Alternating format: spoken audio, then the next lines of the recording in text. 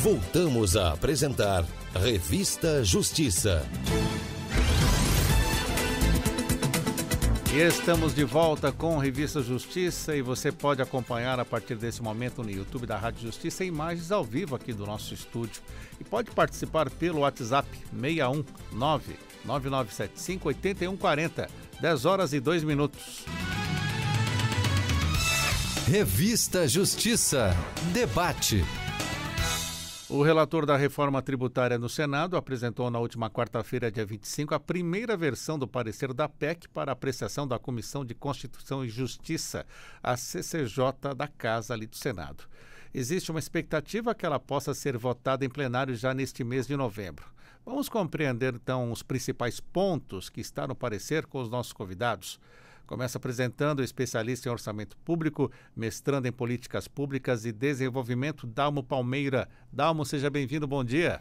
Bom dia, Sérgio, bom dia aos colegas aqui de bancada. É um prazer enorme estar aqui novamente na Rádio Justiça. Também está conosco o conselheiro, coordenador da Comissão Nacional do Imposto de Renda Pessoa Física do Conselho Federal de Contabilidade, doutor Adriano Marrocos. Bem-vindo mais uma vez, bom dia. Bom dia, Sérgio, obrigado pelo convite. Dalmo, Francis, será um prazer poder tratar do assunto aqui. Muito bem, está conosco também a advogada, ela é especialista em direito tributário, com atuação legislativa nessa área tributária, Francis Santos Vieira. Doutora Francis, bem-vinda, bom dia.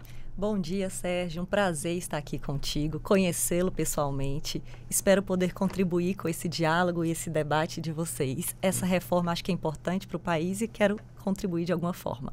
Obrigado por aceitar o nosso convite nesse dia 1º. Começo com o doutor Dalmo. Doutor Dalmo, temos aí este primeiro relatório que já foi apresentado. Qual foi a reação? Quais os pontos que o senhor pode trazer para o nosso ouvinte? Olha só, Sérgio, eu não vou esgotar todos os pontos, mas eu acho que talvez alguns pontos principais, né? Primeiro, foi apresentado na semana passada, tem 7 dias, foi apresentado na quarta-feira à tarde, foi feita a leitura já do relatório, que é uma etapa, digamos assim, obrigatória dentro do processo legislativo, é que haja a leitura, e foi dado conhecimento para que todos possam conhecer, estudar, todos os senadores que vão votar, conhecer, estudar e poder se posicionar.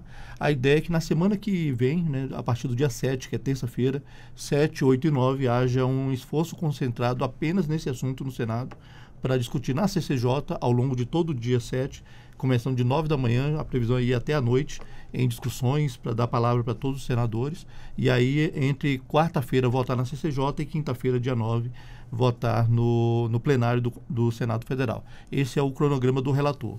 Eu acho que é um pouco otimista, porque tem muitos assuntos aí dentro, tem muitas questões que precisam ser esclarecidas, e aí eu entro um pouco no conteúdo. Eu acho que no conteúdo, o principal ponto que foi muito questionado foi a questão de um teto de carga tributária que ele colocou, que é a grande inovação, não estava na versão da Câmara dos Deputados, e foi uma demanda feita por várias emendas no Senado Federal, e ele então colocou lá que vai haver um teto de carga tributária. Depois a gente pode detalhar um pouquinho esse ponto, mexer um pouquinho ali no cashback, mexer um pouquinho também no Conselho Federativo, que agora que chama Comitê Gestor, e concedeu alguns benefícios para vários setores, né, econômicos do país, inclusive para profissionais liberais, um tratamento diferenciado em relação à alíquota padrão, na alíquota de referência que tem se falado, por enquanto. Pergunta então para a doutora Francis, temos esse relatório, né, que está sendo estudado já há tanto tempo, né? E nessa linha então, a senhora pode explicar para a gente um ou dois pontos que podem ser considerados também uma evolução nesse texto? Tivemos o teto, o que mais que a senhora pode falar sobre esse relatório apresentado à CCJ? Sérgio, esse relatório, que agora conta com 23 artigos, eu costumo dizer que uma das grandes evoluções não está escrita no artigo, que foi a supressão da autorização para Estados e Distrito Federal poderem instituir contribuição sobre produtos primários e semi-elaborados. Um novo imposto? Seria um novo tributo. Nesse caso, seria a contribuição. Mas, no sentido, para todo mundo entender, sim, seria um novo imposto, né? Mas tributo é o gênero do qual imposto e contribuição são espécies, tendo outras. E aí, neste caso, a preocupação era muito grande, porque o que é o produto semi-elaborado?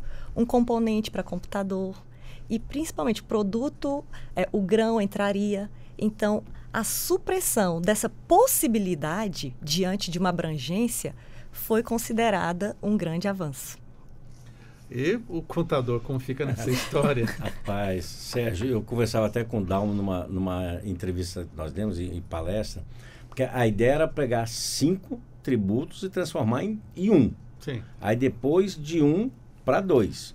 Aí de 2 para 3. Aí surgiu esse imposto sobre produtos semi-elaborados, que seria o 4. Então, nós pegamos 5 para criar 4. Aí, reforma é quando você muda isso. Ninguém reforma uma casa para deixar parecido do que estava antes. Senão não teria, né, feito todo esse esforço, né?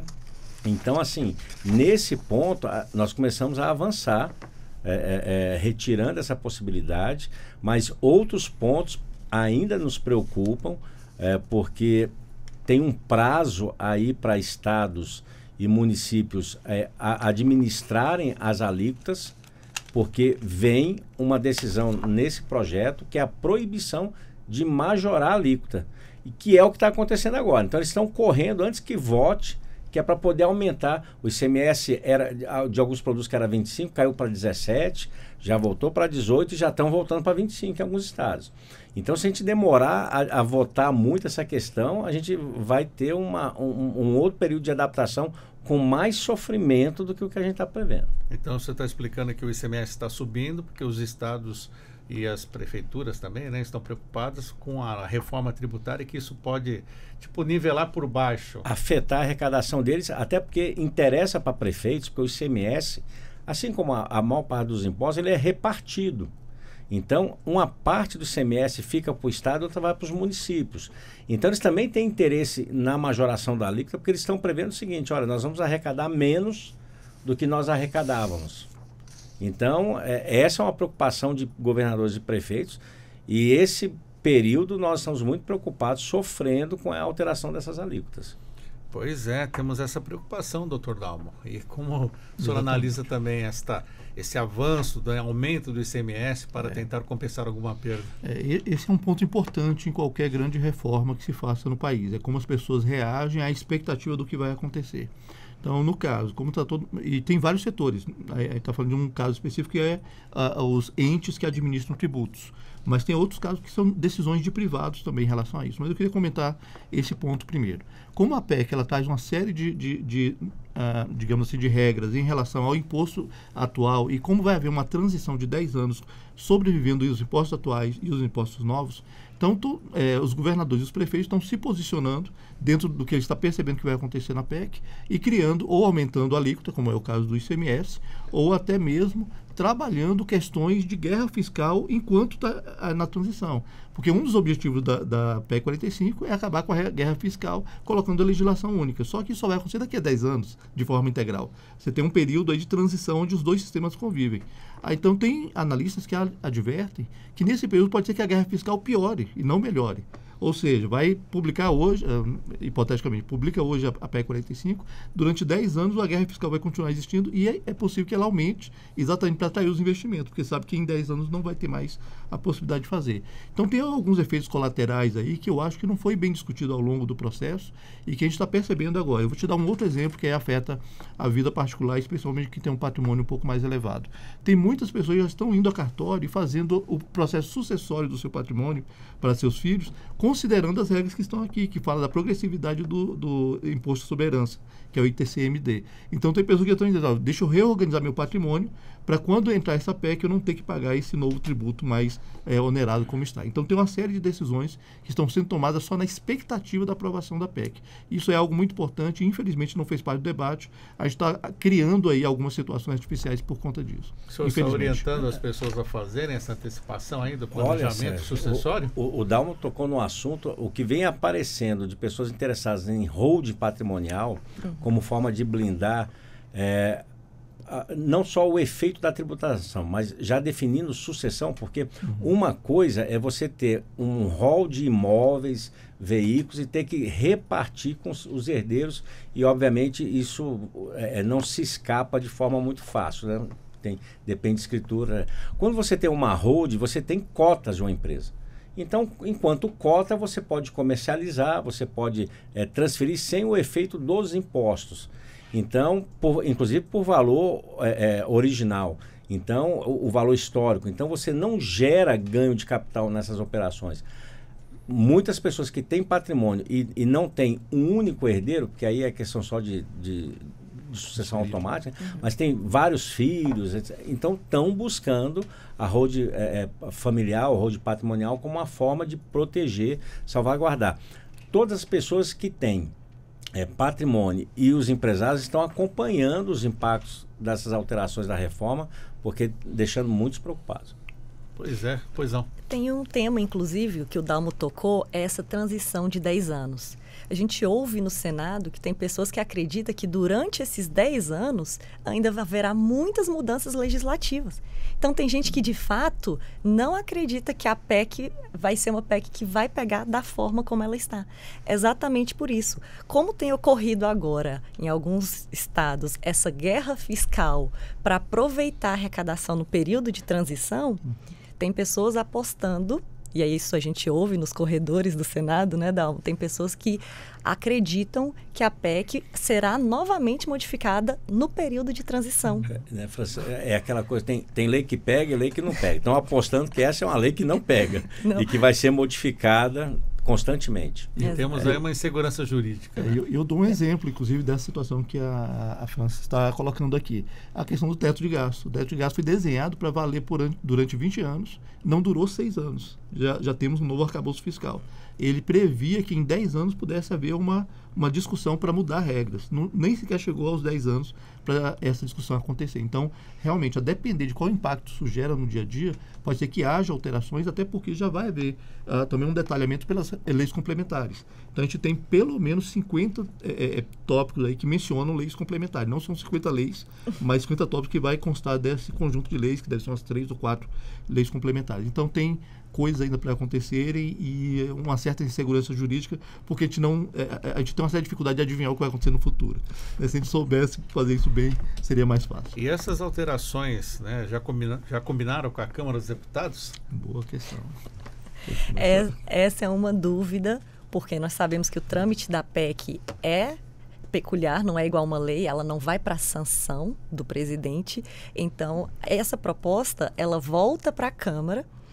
E a dúvida ela volta para o Senado exatamente como o Senado está mandando para a Câmara, ou vai vir outra rodada de diálogos, de modificações? Essa é uma dúvida que não sabemos ainda.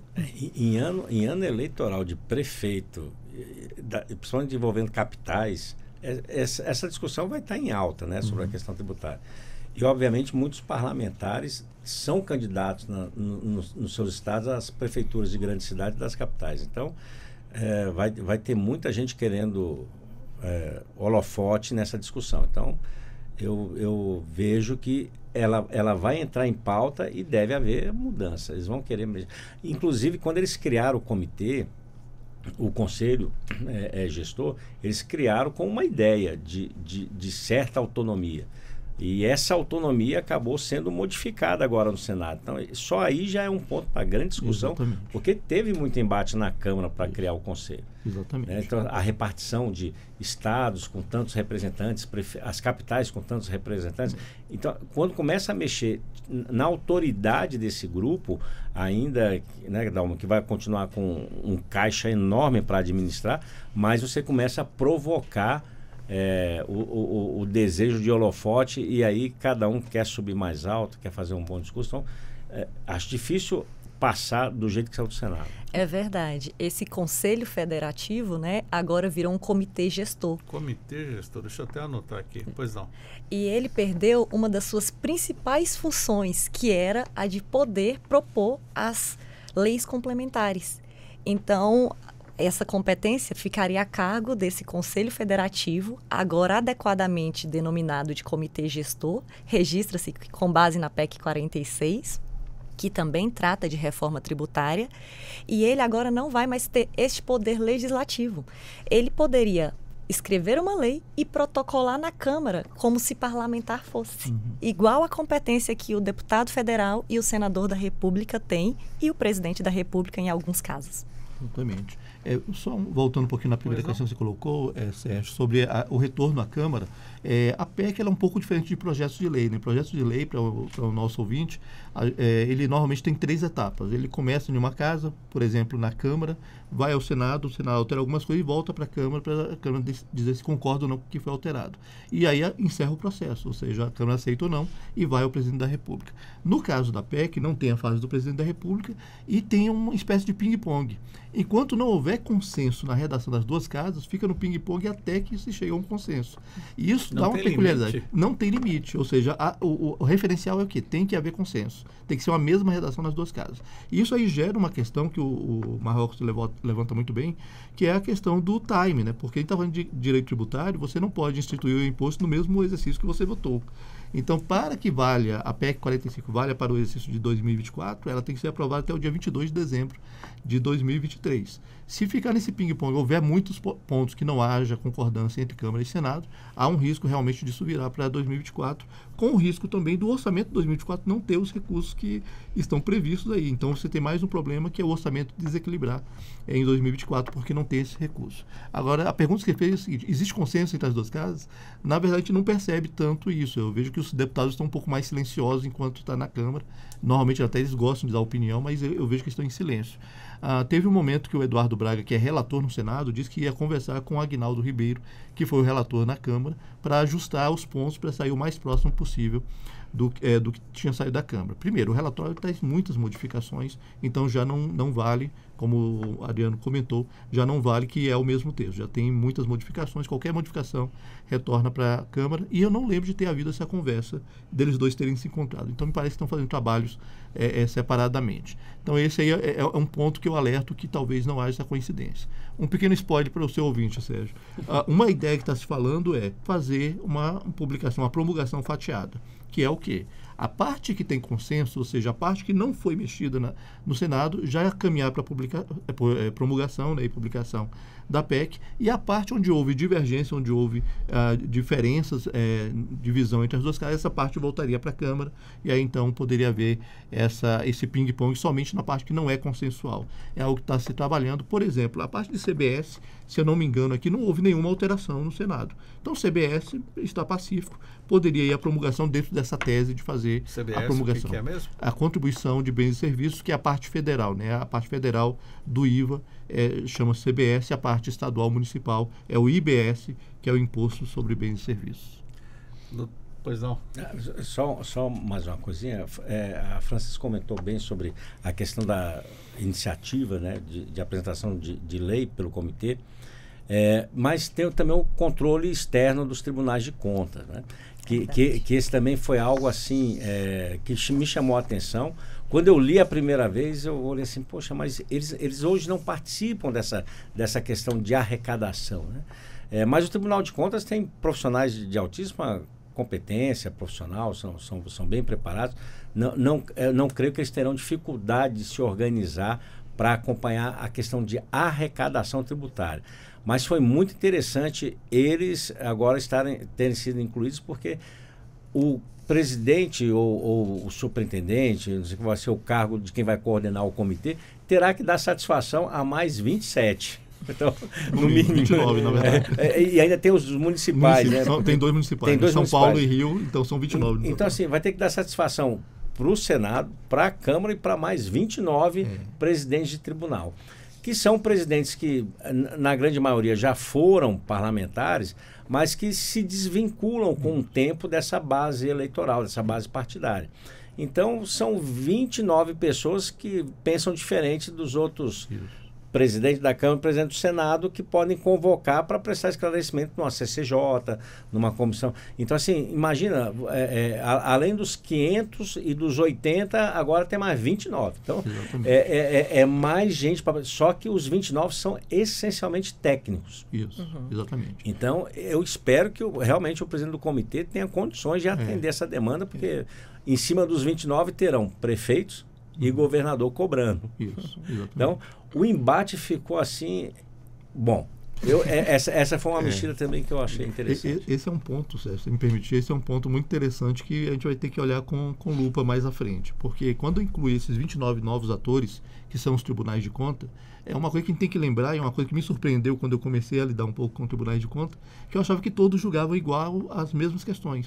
E não, eles têm autonomia na forma de julgar. Né? Tem os princípios na Constituição, tem a legislação, mas a forma de olhar a legislação e de aplicar no mundo real tem variações. E tem variações, às vezes, muito sérias. Por exemplo, o Tribunal de Contas de Goiás interpretava o que é inativo de uma forma diferente do Tribunal de Contas da União, por exemplo. E sempre houve uma polêmica em cima disso. Então, eles têm autonomia nessa forma de julgamento.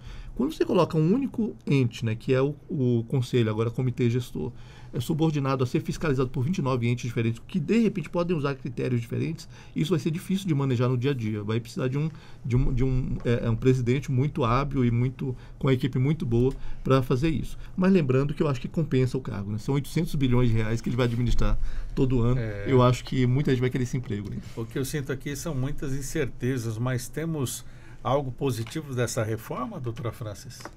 Bem, de positivo já mencionamos a exclusão da contribuição e também o fato do comitê gestor não ter mais poder legislativo, literalmente falando. Acho que esses são os dois principais avanços. Infelizmente, nós esperávamos ali um avanço no que é o denominado imposto seletivo, que já gerou muito diálogo, muito debate, só que esse avanço não veio. O imposto seletivo ele é muito criticado pela abrangência. Ele pode recair sobre produtos que fazem mal à saúde e ao meio ambiente. Então, a sua abrangência, mais uma vez, gera preocupação. E aí, neste contexto, nós esperávamos que viesse uma delimitação já na própria PEC. Mas, diferente disso, foi acrescido a opção de extração que faça mal à saúde ou ao meio ambiente. Várias pessoas já vieram perguntar, então uma extração de areia devidamente autorizada pode ser taxada pelo novo IS, que é o imposto seletivo? E, infelizmente, da forma como está redigido, pode sim. E só para complicar um pouco mais a discussão, né, porque eu não vim para facilitar, não. Nós estamos num momento em que o mundo discute muito a questão de carbono, então o investimento em títulos para compensação de carbono lançado no ambiente. Então, você tem títulos que você adquire, que são lastreados em áreas verdes, em áreas que, em tese, são produtoras de oxigênio, para compensar o carbono que você joga no ambiente. Então, quem fizer essa operação já cai no imposto seletivo, porque ele tá fazendo uma autodeclaração de que ele polui. Ora, e quem é que não polui? Porque poluição não é ruim, não. Porque, assim, qualquer processo produtivo tem poluição. Se você vai fazer uma cadeira, vai pegar uma tábua, corta a cadeira, vai cair o pó da madeira, vai sobrar um pedaço de madeira. Então, todo mundo polui. Então, assim, o que é realmente bens, importação, comercialização ou importação de bens e serviços prejudiciais ao meio ambiente? Se for elencar, não tem nada que não seja prejudicial, porque depende do impacto que gera. Ora, o carpinteiro que está fazendo a cadeira ali, ele gera um dano ao ambiente. Então, qual que é o impacto disso? Como é que ele compensa esse impacto? Uma dessas compensações, que é o crédito de carbono, na hora que você comprar, você cai no IS. Então, é isso mesmo que vai valer? Alguém precisava realmente escrever isso melhor, e aqui só fala que as alíquotas serão tratadas em lei ordinária. Não fala do texto. O texto é o que está na PEC.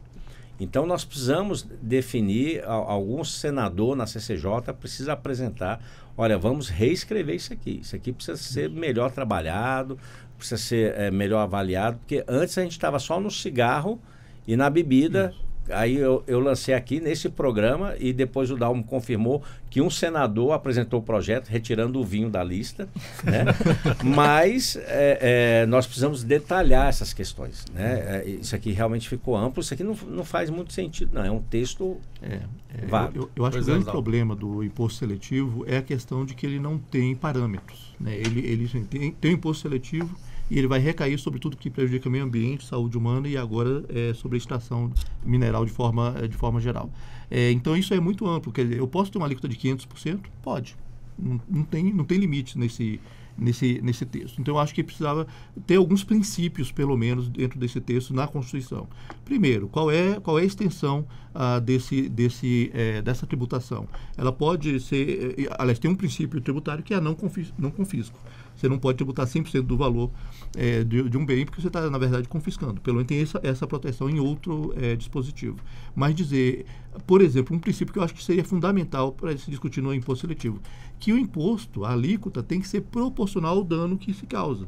Porque é algo como, por exemplo, tomar uma água saborizada, ou então algo que tem um composto químico mais forte, não pode ser tributado igualmente. Entende? Então, isso aí precisava ter essa questão da proporcionalidade. Em relação às finanças verdes, que você estava colocando, eu acho que é um ponto muito importante. Eu acho que o imposto seletivo teria um papel, mas só que não tem nada escrito sobre qual é o papel que esse imposto seletivo pode exercer nas finanças verdes. E eu acho que é uma grande oportunidade, é um tema que o mundo está debatendo. Essa questão do ESG é o momento que está se discutindo esse tema, e nós poderíamos participar com um tributo verde, mas muito melhor desenhado, não somente uma ideia genérica como está lá. Inclusive, nós no Conselho Federal de Contabilidade aprovamos na última reunião plenária, o Brasil é o primeiro país associado do IFAC, que é o nosso Instituto Internacional de Contadores, a lançar uma norma tratando da sustentabilidade. Então, é um relatório que será preparado, assinado por um profissional contábil, sobre a sua responsabilidade, falando desse impacto que é causado pela empresa. Então, a meu ver, assim como eu tenho esse esforço para amenizar o impacto, eu deveria ter uma alíquota reversa aqui no IS, né? Então, assim, ela teria que diminuir pelo meu esforço. E aqui não está dito nem que vai diminuir, se não vai aumentar. E preocupa, ó, na extração o imposto será cobrado independentemente da destinação. Mas e aí? Ouro, areia e minério causam o mesmo dano, como o Dalmo lembrou? Então, assim, 2 pesos, 2 medidas. E aqui tem vários pesos e várias medidas. E, Sérgio, se me permite, o imposto seletivo, na minha humilde opinião, teria que ser completamente revisto. A ideia do imposto seletivo, ela valeria a pena quando nós estávamos falando do IVA uno. Vamos supor, 17% para todo mundo, sem nenhuma exceção, que era a ideia inicial da PEC 45. Aí ela se justificava porque todo mundo vai pagar 17% e os produtos esse vão pagar o IS. Só que agora não. Agora nós já temos vários regimes dentro do próprio IVA. Então nós temos o regime favorecido, nós temos o regime específico. O relatório trouxe uma nova alíquota, que a gente ainda está sem nome, mas mais um regime. Então, para que criar mais um tributo, se a ideia é simplificar? Não vamos criar mais um tributo. Cria mais uma nova alíquota dentro do IVA e já especifica quanto esses produtos irão pagar. Assim você dá clareza, escreve o que é produto prejudicial e o consumidor vai saber quanto vai ficar cada produto no final. O IS, na minha humilde opinião, da forma como está hoje, ele só vai complicar ainda mais a vida do contribuinte. Pois não, Dalmo. Um último detalhe, prometo que é a última frase sobre esse tema. Eu me lembro aqui, enquanto a doutora França falava, sobre a questão de que alguns produtos podem ser considerados como prejudiciais à saúde, eventualmente até mesmo pela forma como tem sido tratado culturalmente. Por exemplo, indústria alimentícia, que tem uma série de questões que são colocadas, produtos que são utilizados, mas, por outro lado, também tem um grande ganho em termos de escala, né, de produção em relação à indústria alimentícia. Se a indústria alimentícia, de forma geral, for classificada como sendo prejudicial à saúde humana e tiver um imposto seletivo, a gente está falando de inflação em todos os produtos alimentícios do país. Os ultraprocessados, principalmente, né? Aí é que está. O texto não fala isso. Você vê que na sua cabeça você já criou um critério aí. A PEC não traz critério. Diz, não, se é prejudicial, tem que ser tributado. Se a gente dissesse, os ultraprocessados vai ter uma carga maior e os que não são tão processados, uma carga menor. Isso o texto não garante, entende? Eventualmente, tanto os que são mais prejudiciais como menos prejudiciais vão ser tratados igualmente. E, além disso, o efeito econômico no bolso das pessoas, que é o aumento da inflação.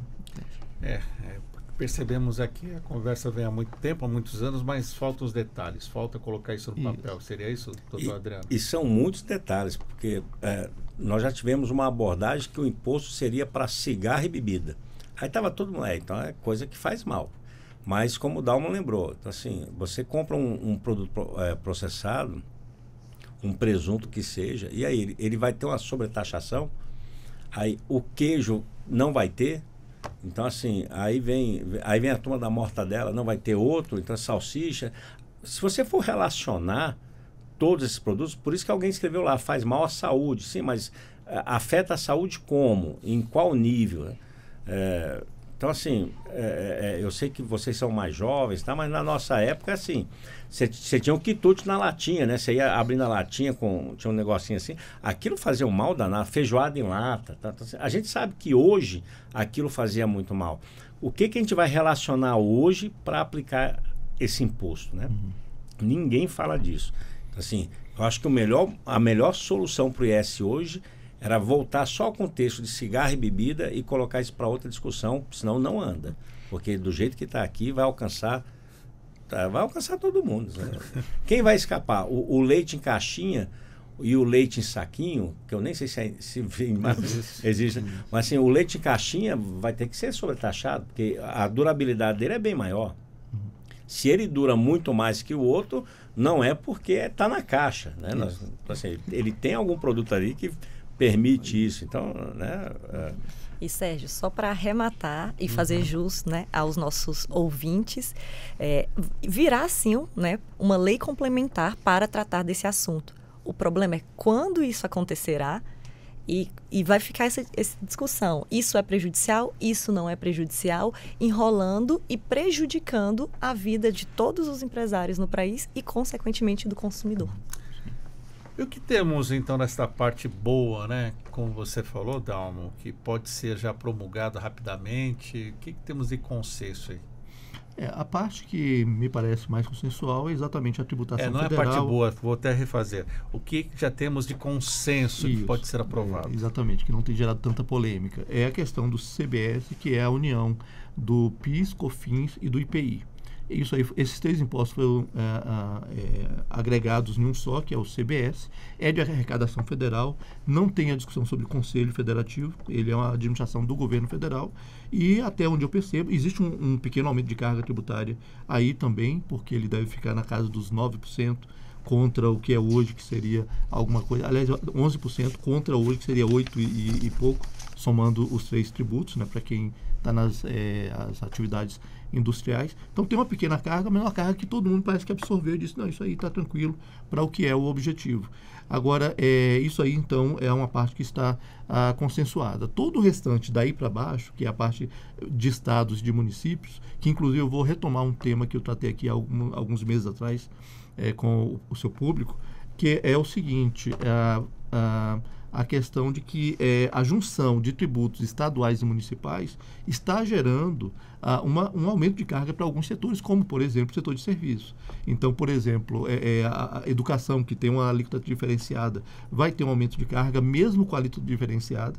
A questão de saúde, os planos de saúde todos vão ter aumentos, isso aí bate no bolso de todo mundo que tem um plano de saúde. Então, tem uma série de questões. Quando você junta os tributos, é a questão do combo que eu mencionei aqui em um determinado momento. Você vai na lanchonete, eu quero só um suco, que é mais natural, e o hambúrguer. Disse, não, nós temos um combo, você tem que tomar o refrigerante, ainda tem que comer a batata frita, não, mas eu não quero pagar por isso, não, mas está no pacote. É mais ou menos o que está acontecendo, nós estamos juntando vários tributos, e no caso, quando junta de entes diferentes, você então interfere no caixa de entes diferentes, com uma governança também que vai ser vai ter uma disputa política aí, porque você vai ter representantes de prefeitos, representantes de governadores.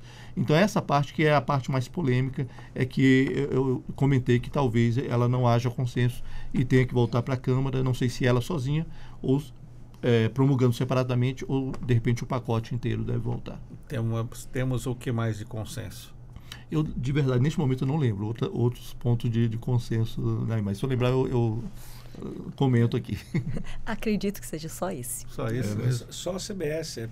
Até porque, assim, você está falando com uma pessoa só. Então, o CBS é do governo federal. Isso. Não há repartição para estados e municípios. Então, é um recurso que fica no caixa sempre. E é por isso que toda vez que se falava em pedir algum benefício para o governo federal, ele sempre trabalhava numa alíquota para o imposto de renda, num benefício para o IPI, nunca falava em PIS e COFINS, porque PIS e COFINS é só dele. Então, ele não precisa dividir com ninguém. O que ele divide com os outros, ele reduz, porque aí ele reduz e afeta. Aí vinha aquela peregrinação, né, de governadores atrás de um reforço de caixa. Aí tem toda uma questão política envolvida. Então, assim, o CBS eu acho que poderia já liberar, até porque tem aquele prazo, né, para implantação efetiva da CBS. Então, quanto mais rápido liberar, melhor. Exatamente. Eu lembrei de um ponto aqui que eu acho que responde 2 perguntas de uma vez só. Um ponto positivo, na minha opinião, eu acho que a redação do cashback ficou melhor, da forma como Explica pra gente como é que vai ser esse cashback. Exatamente. É um ponto positivo e também eu não vi grandes polêmicas depois que o pessoal leu o texto, entende? Não foi um ponto que eu vi opiniões divergentes. Eu, particularmente, tenho algumas críticas ao cashback, eu vou explicar o que é e o porquê. O cashback é o quê? É uma devolução de tributo para pessoas que tenham uma renda menor. Então, quanto menor a renda da pessoa, ele teria direito a receber de volta os tributos que ele pagou quando comprou os produtos de consumo de forma geral. Essa é a regra que estava na 45 que veio da Câmara. Como é que ficou com o Eduardo Braga? Ele definiu que o cashback é somente no que ele está chamando de cesta básica ampliada. Ele colocou cesta básica em 2 conceitos. Tem a cesta básica, digamos assim, padrão, né, que são poucos produtos daqueles que é indiscutível, que é a cesta básica. Esse aí teria alíquota zero, não teria tributo. Essa foi a regra que ele colocou. Eu achei muito interessante isso. Tem críticas, mas eu sou contra essas críticas em relação a esse ponto. Agora, a outra parte, a cesta básica ampliada, que teria outros produtos um pouco mais supérfluos, mas que também é de consumo de pessoas de baixa renda. Então teria então um tributo que seria de 40% da alíquota geral, da alíquota de referência, né? Então, no caso de ser 25% a geral, que ninguém jamais acredita que vai ser, mas se fosse 25%, seria um tributo de 10% de IVA sobre essa cesta básica ampliada. O que é que o Braga colocou? Esses 10%, quem tem um nível de renda baixo, vai receber de volta somente para esses tributos, ou somente para esses produtos. Antigamente, o cashback era para todos os produtos que o pobre consumisse. Agora, é somente quando o pobre consumir a cesta básica ampliada. Dá para controlar cada item, cada produto? Essa é a minha crítica. Como é que você vai controlar? 100 milhões de pessoas, eu não sei se é esse o número, né? Pelo que eu lembro aqui, 90 milhões de pessoas vivem com menos de 3 salários mínimos. A depender da linha de corte, você está falando aí de mais de 100 milhões de pessoas que você teria que controlar. Controlar todas as compras da pessoa, controlar qual foi o tributo que ele pagou em cada produto que ele comprou, controlar qual é o CPF e saber qual é a renda dele para saber se ele encaixa ou não no critério de ser pobre ou não. E aí, então, depois disso, você devolver de forma específica a depender de quanto ele consumiu. Porque as pessoas não consomem o mesmo valor todo mês, né? Então, ele tem variação da pessoa e tem variação entre pessoas. Então, de repente, 2 pessoas ganham o mesmo salário, mas consomem de forma diferente. Então, veja o esforço que é você fazer esse controle. Então, eu tenho uma crítica que isso não parece razoável um controle nesse nível de indivíduo quando estamos falando de mais de 100 milhões de pessoas. Então, aí eu fico desconfiando se a ideia realmente vai ser nesse grau de detalhe, entende? E o texto não esclarece isso. Mas, pelo menos, eu acho que houve um avanço no sentido de delimitar melhor como é que o cashback, para quem é e como é que ele vai ser, em quais produtos ele vai ser aplicado, entende? Eu acho que esse é um ponto interessante aí no relatório do Eduardo Braga. É um mecanismo complexo, né? Menos complexo do teu teto. Você vai ter que pedir para juntar sua notinha, depois entregar Exatamente. O bolinho. Hoje está tudo muito atualizado na internet, tá os dados ali. Aí é que está, Sérgio. Está atualizado para quem está no sistema. Uma pessoa pobre que não tem conta em banco, né, que entende, ele faz transferência de recurso pelo WhatsApp, o WhatsApp não tem, a gestão não é aqui no Brasil, é fora do Brasil. Como é que você controla ou você tem as informações para poder fazer esse retorno, entende? O meu temor é o seguinte: uma pessoa que realmente é pobre, que R$40 alguns centavos a mais, alguns reais a mais no preço do quilo do feijão, ele vai na feira e olha lá quanto é. Ele não pensa, daqui a 6 meses eu vou ter de volta um cashback. Ele vai dizer, não, eu não tenho dinheiro para comprar. Ele não faz a conta tirando o cashback que ele vai receber Sim. meses depois. Então não é a lógica.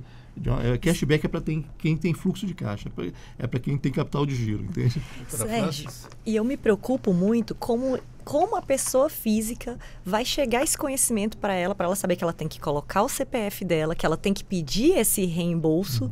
ela tem que fazer a solicitação. Então, assim, uma coisa é a pessoa que vive aqui na capital, que está ouvindo, que ouve Rádio Justiça, que nos ouve e tem um pouco de conhecimento. Outra coisa é a pessoa que vive lá no interior, que está cuidando dali da roça e vai ter que pedir o cashback para ela. Então, assim, ela vai ter que lembrar de colocar o CPF, pedir essa devolução. Eu acho que será necessário, se essa ideia for, de fato, sair do papel, uma conscientização em massa para a população, para ela saber que se ela está naquele grupo, ela vai ter direito ao retorno daquele tributo que ela pagou. Porque senão o tributo vai acabar ficando perdido ali no comitê, infelizmente. Complicado. Deixa eu fazer uma pergunta. A audiência da Rádio Justiça tem muitos advogados também nos acompanhando, doutor Dalmo. E como ficou a tributação dos advogados, dos serviços de uma forma geral, hein? Olha só, o Eduardo Braga ele lembrou dos profissionais liberais de forma geral, né, os advogados aí incluídos, criou lá um dispositivo específico e deu uma alíquota diferenciada. Se eu não me engano, é 30% de desconto em relação à alíquota padrão, né? Então, assim, sendo 25, né, novamente, que só para deixar muito claro, não vai ser 25, vai ser alguma coisa acima de 25. A discussão é quanto que vai ser acima. Tem gente falando em 27, o próprio governo já falou em 27, um técnico do IPE fez um estudo de 28 e tem pessoas de fora do governo que calculam até 30% essa alíquota. Mas, só para exemplificar, se for 25, fosse 25, o advogado passaria a ter uma alíquota de 17% de IVA. Então, hoje ele sai de algo mais ou menos próximo de 9% para 17%. A gente está quase dobrando. Mas estava indo para mais alto, né? Não, claro, seria 25%. Mas 9% da pessoa física, o liberal, mas aí você está usando o ISS e COFINS. Não, mas o autônomo não, ele paga então, o ISS. 5%, me perdoe. 5%, Verdade, é só ISS. Vai sair de 5 para 17. A mensagem para os advogados e demais profissionais liberais é o seguinte: seja bem-vindo ao pagamento do ICMS, do PIS, da COFINS e do IPI. Exatamente. Vocês estão sendo privilegiados, porque hoje a gente só paga ISS. Isso. Aí vai pagar 5 tributos agora. Vamos começar a pagar os outros que a gente não pagava antes. Mas tudo em prol do desenvolvimento e crescimento da nação brasileira. Exatamente. Me perdoe, eu falei 9%, mas você tem toda razão, só ISS. Aí a gente tem que pensar assim, se fosse uma empresa que está lá no 3,65 de PIS e COFINS. Isso. Aí você pega 5 de ISS, tá? Hoje ela está com 8,65, né? Tá com a conta que eu fiz. 9%. Aí passar, mas mesmo a pessoa jurídica que está com seu 8,65 vai passar para 25. Ou 25, então, assim, 17,5. Imagina, seja bem-vindo também, né? Então, assim, hoje eu estou com 8,65, vou passar a pagar ICMS, que é a minha empresa prestadora de serviço, então vou passar a pagar ICMS, vou passar a pagar IPI, numa alíquota cheia de 25%, sem esquecer que eu ainda tenho contribuição social e imposto de renda, que é discussão para a próxima reforma, que tem já a lei, inclusive é projeto de lei, né? Eu não lembro se é lei complementar ou lei ordinária, mas já tem uma lei em discussão no Congresso que ainda vai aumentar essa carga. Então, assim, nós ainda temos outra reforma tributária a caminho. Então, todo mundo vai ter aumento de carga. Agora, o Dalmo lembrou bem, no caso da indústria, como ela já pagava IPI, PIS, COFINS e ICMS, quando agrega essa discussão e ela só inclui o ISS, para ela o impacto foi menor. Agora, quando você vem para o comércio, que não paga IPI e não paga ISS, aí já tem um impacto maior. Quando você vem para a pessoa física que só paga ISS, o impacto é para arrebentar. Percentual de quanto vai dar, então? Olha, de 5% vai para 17,5%. Ou melhor, como o Dalmo lembrou bem, não é 17,5%, vai para 30% de desconto em cima da alíquota cheia, que a gente não sabe ainda qual é. Mas se for 25%, 30% de desconto, reduz para 17,5%. Então eu saio de 5% para 17,5%. Isso. Se for no outro extremo, se for 30% a alíquota cheia, tirando 30%, você fica com 21%. Né? Aí de 5% para 21%. Então, assim, o profissional liberal que atua, que presta serviço na condição de pessoa física, deve procurar um contador e começar a fazer os cálculos, porque é melhor constituir a empresa. Chegou uma pergunta aqui no nosso WhatsApp, do Mário Galavotti, Cascavel, no Paraná. Ele gostaria de saber se há no texto da reforma o Instituto da Cessão do Fluxo de Arrecadação de Tributos. Isso não é considerado um desvio de recursos públicos? Quem responde? Você poderia repetir a parte do fluxo? Eu me perdi um pouquinho. Gostaria de saber se há no texto da reforma um instituto da cessão do fluxo de arrecadação de tributos. Isso não é considerado um desvio de recursos públicos? Eu de verdade, eu não compreendi completamente. Aliás, estou me antecipando aqui um Não pouquinho. é a repartição que ele está tratando. A repartição. Não, eu acho que não é, não. A senhora compreendeu? Não, também não compreendi. Eu também, como não sou da área do tributo, se ele- fica aqui. se ele pudesse, Mário, por favor, reformule a sua explicar pergunta. um pouquinho, a gente agradece. Falando ainda sobre essa questão dos advogados, né, dos serviços, doutora Francis, podemos então esperar que vamos pagar mais impostos? Infelizmente, sim. E como nosso amigo já disse, vai ser desvantajoso para o advogado prestar serviços para uma pessoa física. Por quê? Porque ele não tem direito ao cashback quando presta o serviço para a pessoa física. Então, se você é uma pessoa jurídica prestando serviço para uma pessoa jurídica, você vai ficar com o desvio ali no caixa enquanto não recebe o cashback, mas vai ter o cashback. Agora, crédito, né? o crédito. Sim. Agora, se você é uma pessoa física, advogado, prestando serviço para outra pessoa física, você vai ter que embutir o tributo no valor a ser cobrado do cliente. E o que mais podemos destacar desses serviços? Os advogados vão pagar mais? Todo mundo paga mais? Todos os profissionais liberais, engenheiros, contadores, administradores, economistas, todos que atuam na condição de pessoa física. Então, Exatamente. ele como prestador de serviço, pessoa física, vai pagar mais. Eu achei interessante que ele colocou no texto uma preciosidade. Ele colocou profissionais de atividades regulamentadas. O regulamentado pode parecer, não, todo mundo é regulamentado. Não, tem profissões que não tem uma lei de regulamentação. O analista de sistema, por exemplo, não tem. Exatamente. Então, o analista de sistema, ele vai pagar cheio, vai pagar 100%. Quem tem a profissão regulamentada paga os 70% da alíquota, entende? Então, só essa palavra regulamentada criou duas classes de profissionais liberais. Profissionais liberais que têm uma lei que diz que aquela profissão existe, profissionais liberais que não têm uma lei que a profissão existe. Isso pode gerar uma demanda de muitos projetos de lei para regulamentar a profissão só para pegar esse benefício tributário. Até me fez lembrar a época do Simples, né? O jornalista podia, o publicitário não podia, tinha uma coisa assim, não tinha? Não, mas ali era um benefício para enquadrar em determinado anexo, né? Então, alguns estavam no anexo que pagava mais imposto, queriam mudar para outro anexo, e aí você tinha a discussão, quem poderia ou não. Por exemplo, nós contadores entramos num anexo menor que a grande maioria, depois outros vieram pedindo o mesmo tratamento. Eu quero mesmo do contador ali, eu quero ir para aquele anexo ali. Agora, o que a gente está tratando é que existem profissões que são liberais, e que não tem um conselho ou uma ordem de profissão regulamentada que normatiza aquela profissão. Porque depende de uma lei para criar o conselho e instituir como regulamentado. São inúmeras, né? Inúmeras. Já que eu falei do Simples, quem hoje já está no Simples Nacional, muda alguma coisa? Quem me responde? Acho que os três aqui são capacitados. Por favor, então. Por favor. Era um diálogo nosso interno. Damas primeiro. Obrigada. Era um diálogo nosso. O Simples, ele ficou garantido na PEC. Aí, não muda nada? Então, muda. O Simples, ele agora vai ter direito ao crédito. Até o limite do tributo que ele recolheu. Crédito que vem da onde? Do cashback, sim, do tributo cashback que ele pagou. Do IVA, como o Dalmo explicou há um pouco atrás. Então, para ele, teve essa melhoria. Só que, por outro lado, o sistema de crédito no Brasil não é implementado e vai ser implementado com a PEC. Então, a minha dúvida, que é o que a gente discutia, é se não vai ser mais benéfico para a empresa contratar de outra empresa grande, sem ser uma empresa do Simples. Porque, neste caso, ela vai ter o crédito total. Ela não vai se creditar apenas até o limite do Simples. E aí, a prática, né, eu acho que vai nos dizer, que era o que eu vi nossos parceiros também.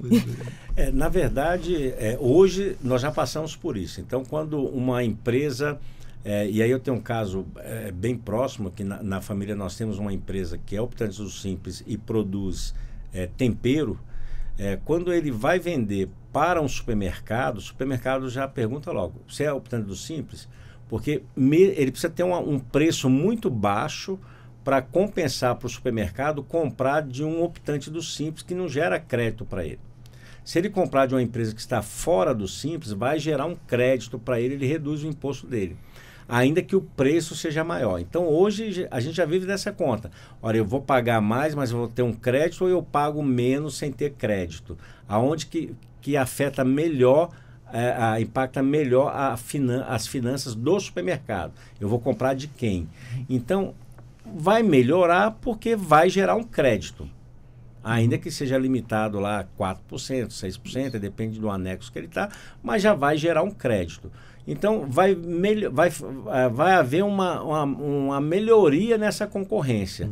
Mas, assim, a coisa para o Optando do Simples não é fácil, não. Quando ele entra num embate para fornecer um produto para uma empresa que não está no Simples, ou concorrendo com uma que não está no Simples, ele tem que reduzir bem o preço dele, que é para ser competitivo. É isso. É perfeita a colocação, né, dos dois colegas aqui na bancada. Eu só queria alertar um detalhe, e inclusive me corrija, Adriano, se não estiver correto. Você está explicando uma lógica em cima de um tributo que é o ICMS, que é o tributo que faz essa conta de débito e crédito hoje em dia. O que a gente está falando aqui é que 5 tributos vão começar a trabalhar nessa mesma lógica de débito e crédito, que é o IVA, né? Imposto sobre Valor Agregado. Então, cada um vai calculando na sua etapa quanto é que agregou. O ICMS, para mim, ele já é um IVA, né? Para a OCDE, ele é um IVA. Está lá classificado como o Brasil tem um IVA chamado ICMS. Então, no momento que a gente amplia essa lógica de débito e crédito, não só do ICMS, mas para 5 tributos, a gente está ampliando também essa distorção que você está comentando. Então, hoje em dia, quem trabalha com Simples, mas é de uma área que não envolve ICMS, ele não tem nenhuma dificuldade. A partir da implantação da 45, passa a ser um problema também para esses que hoje em dia não lidavam com o ICMS, porque todos os 5 vão carregar essa lógica do ICMS, que para mim é o tributo mais complexo dos 5. Até porque o crédito... E passam a ter uma dificuldade de mercado. O crédito de quem está fora do Simples vai ser maior ainda. Isso, exatamente. Aí ele vai ter que concorrer. E eu até... aperfeiçoou o exemplo. Você falou de empresa grande e empresa pequena. 2 empresas pequenas. Uma é optante do Simples, a outra não. Tudo igual, mesmos custos e tal. Aquela que é optante do Simples, ela não gera crédito. Aquela que não é optante do Simples vai gerar um crédito maior. Então, assim, são 2 empresas pequenas, só que decisões diferentes. Muito possivelmente, a que optou pelo Simples vai ter uma perda de mercado. Mais dificuldade para vender. Entende? Eu queria só... Há um assunto que eu acho que a gente não pode deixar de falar, que é o teto de carga tributária. Sim. Fala pra gente, então. Temos esse limite? Explica como é que vai funcionar. Tá bom, olha só. Uma preocupação que, inclusive, aproveitando uma pergunta tua, né? Vai ter aumento de carga tributária? Sim, o desenho mostra que tende a ampliar a carga tributária para vários setores, né? Para os indivíduos também. Só que o relator, com essa preocupação de aumento de carga tributária, e muitas emendas foram nessa direção, de que não houvesse aumento de carga, ele colocou lá um teto, ele definiu que em determinados momentos vai haver uma checagem para ver se a implantação da 45 gerou aumento de carga tributária geral do país. Ele não fala de pessoas individuais nem de empresas. Algumas empresas vão pagar mais, outras vão pagar menos, quer saber, na média, vai se manter a carga tributária. Hoje nós pagamos, o país como um todo, algo como 34% de todo o PIB, né? Tudo que é produzido no país, 34% vai para a mão do governo na forma de impostos. Só um pequeno parênteses, 34% são 4 meses de renda. Mais ou menos como a gente trabalhasse 4 meses do nosso salário e entregasse na forma de tributo, né? Fechando parênteses. Então, o Eduardo Braga, como colocou aí esse teto, ele diz o seguinte: vamos ver a média da carga tributária entre 2012 e 2021, se não me engano, ver qual foi a média de carga tributária nesse período, e em 2030 nós vamos checar se, depois de implementada a reforma tributária, se esse valor está maior ou menor do que essa média. Se tiver maior, obrigatoriamente o governo tem que reduzir para chegar nessa média. É algo mais principiológico do que necessariamente prático, não é um cálculo matemático tão bom. Então, 2030 e depois 2035, a mesma coisa. Isso aí é uma boa intenção, mas eu acho que é uma operacionalização difícil, entende? Eu entendi o que ele está preocupado, é que não haja aumento de carga tributária. Só que eu acho que ele cometeu um pequeno equívoco aí, só para apimentar um pouquinho mais, eu não sei se proposital ou não, que foi o seguinte: ele colocou uma média do passado. A média do passado não é a realidade de hoje. A média do passado é menor do que a realidade de hoje. O que ele pode estar dizendo é o seguinte: 2 coisas. Ou ele está dizendo, eu quero que tenha uma redução de carga tributária em relação à situação de hoje, ou então a equipe lá não alertou a ele que tem esse implícito, que ele está propondo uma redução de carga tributária. Chance de isso passar, eu acho que é praticamente zero. Rapidinho. E mais ainda, né, Dalmo? Você definiu uma alíquota agora para rever daqui a 7 anos, se fosse aprovada agora. Quem sobreviver, verá. Exatamente. Tem empresas que fecham no meio do caminho. Chegou uma pergunta aqui também do Dr. Edilson Barbosa, ele é presidente do movimento Orgulho Autista Brasil. Ele pergunta, na reforma tem isenção para pessoas com deficiência, incluindo os autistas? Na verdade, a reforma trata de uma arrecadação que não tem esse foco. Nós estamos trabalhando na reforma consumo. Aí nós temos que olhar para o imposto de renda. O imposto de renda está no que hoje dia usa muita palavra, está no radar do Congresso, porque tem projeto em andamento, né? E eu também, como pai de autista, eu acompanho muito essa discussão e nós precisamos avançar em vários pontos, mas lembrando, na parte de consumo hoje do ICMS já existe um benefício de redução para a aquisição de veículo, existe a mesma redução do IPI para veículo e existe um pedido de aposentadoria para quem tem certa faixa de renda. Então o autista também teria o direito a uma aposentadoria. Mas precisamos continuar avançando, mas não está nessa discussão ainda. Mas essa reforma, por exemplo, não pode excluir essa isenção? Nem foi abordada. Agora, nós temos um prazo de adaptação, de transferir toda a legislação para a nova. Esse prazo aí de 10 anos, nós vamos ter muitos pontos que serão discutidos. Inclusive as moléstias graves e outros pontos que estão no imposto de renda e que têm benefício próprio. Pena que o tempo já está acabando, mas pois não, Dalmo. Não, eu vou tentar ser bem rápido. No caso aí, a pergunta do Edilson, o ouvinte Edilson, sobre a questão dos autistas, o Edilson Barbosa, os autistas serão afetados pela questão dos serviços médicos, né? Porque os serviços médicos vão ter um aumento de carga tributária, possivelmente lá na ponta o valor do honorário do médico vai ser ampliado, e o autista também demandam vários serviços, como por exemplo musicoterapia, várias terapias, psicólogos e tal, e esses também são todos profissionais liberais e infelizmente vão ser afetados também. Eventualmente na reforma, na legislação complementar, eventualmente é um tema interessante para se apresentar aí. Marrocos, eu vejo que eles podem ser afetados indiretamente pela mudança do IPI, porque eles tinham essa isenção no carro, no IPI, como o IPI vai vir para o combo, como bem denominado pelo Dalmo, provavelmente isso vai cair depois da transição. Mas é uma afetação, digamos assim, indireta. É um reflexo da mudança tributária no Brasil. Mas como está juntando o ICMS no IBS e o IPI no CBS, eu imagino que vão criar ainda algumas exceções, porque elas existem e são leis ordinárias que precisam ser revogadas. Então, assim, vai haver um processo. Nós precisamos ficar atentos. Isso. Atentos nós temos que ficar, porque essa é uma discussão que vai ficar para o segundo tempo. Muito bem, 10 horas e 58 minutos, infelizmente o nosso tempo está esgotado. Quero agradecer aos nossos convidados falando aqui sobre a reforma tributária que está aguardando votação lá no Senado, e já fica o convite para os próximos encontros aqui. Quero agradecer inicialmente o Dr. Dalmo Pereira, especialista em orçamento público e mestrando em políticas públicas e desenvolvimento. Dalmo, muito obrigado pelo apoio nesta causa que sempre esclarecendo os nossos ouvintes. Até a próxima. Tá ok, Sérgio, muito obrigado. Eu que agradeço pelo convite mais uma vez. Me sinto honrado toda vez que você nos convida para vir aqui, e agradecendo também a convivência com os colegas, a doutora Francis, o Adriano. Então, estou aqui à disposição sempre que precisar. Também o conselheiro coordenador da Comissão do Imposto de Renda à Pessoa Física do Conselho Federal de Contabilidade, Adriano Marrocos. Mais uma vez, obrigado por atender o nosso convite. Obrigado, Sérgio. Sempre à disposição. É um prazer encontrar o Dalmo, que já participamos, inclusive, de palestras, e conhecer a Francis. Até fora daqui, né? Até fora daqui. Muito obrigado. Agradeço também a advogada, especialista em direito tributário, com atuação legislativa na área tributária já há muitos anos, doutora Francis Santos Vieira. Obrigado por estar conosco pela primeira vez aqui na Rádio Justiça. Sérgio, prazer imenso. Espero poder contribuir em outras oportunidades. O convite já está feito. 11 horas em ponto, Revista Justiça fica por aqui. Teve a apresentação e edição de Sérgio Duarte, a produção de Leandro Bezerra, trabalhos técnicos Luiz Alves, programação musical Josimar Fernandes, coordenação de jornalismo Marcela Luiza, Secretaria de Comunicação Social Supremo Tribunal Federal. Lembrando que esta entrevista vai estar disponível também no YouTube. Um ótimo dia para você. Está chegando aí Ariana Fonseca e mais um Entretexto. Até amanhã.